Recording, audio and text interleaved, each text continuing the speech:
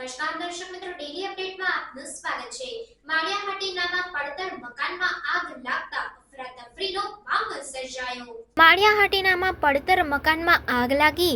કોટ ચોક પાસે આવેલ વાણિયા શેરીમાં કોઈ અગમ્ય કારણોસર આગ લાગી। ઘટના સ્થળે માળિયાહાટીના ગ્રામ પંચાયતનો સ્ટાફ, પોલીસ સ્ટાફ તથા જીબીનો સ્ટાફ પહોંચ્યો। આજુબાજુના વિસ્તારના લોકો પણ મોટી સંખ્યામાં ઉમટી પડ્યા। હાલ કોઈ જાનહાનિ થયેલ નથી તેના સમાચાર મળી રહ્યા છે। માળિયાહાટીના ગ્રામ પંચાયત સ્ટાફ દ્વારા આગને કાબૂમાં લેવામાં આવી।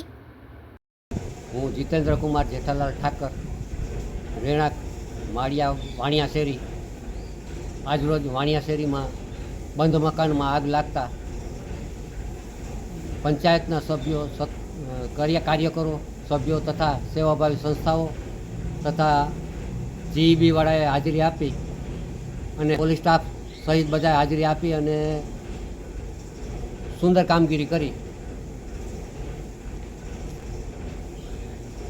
પાણીના ટાંકો મંગાવી અને પાણીના ટાંકેથી આગ ઠારી અને હવે અત્યારે આગ કાબૂમાં આવી ગયેલ છે।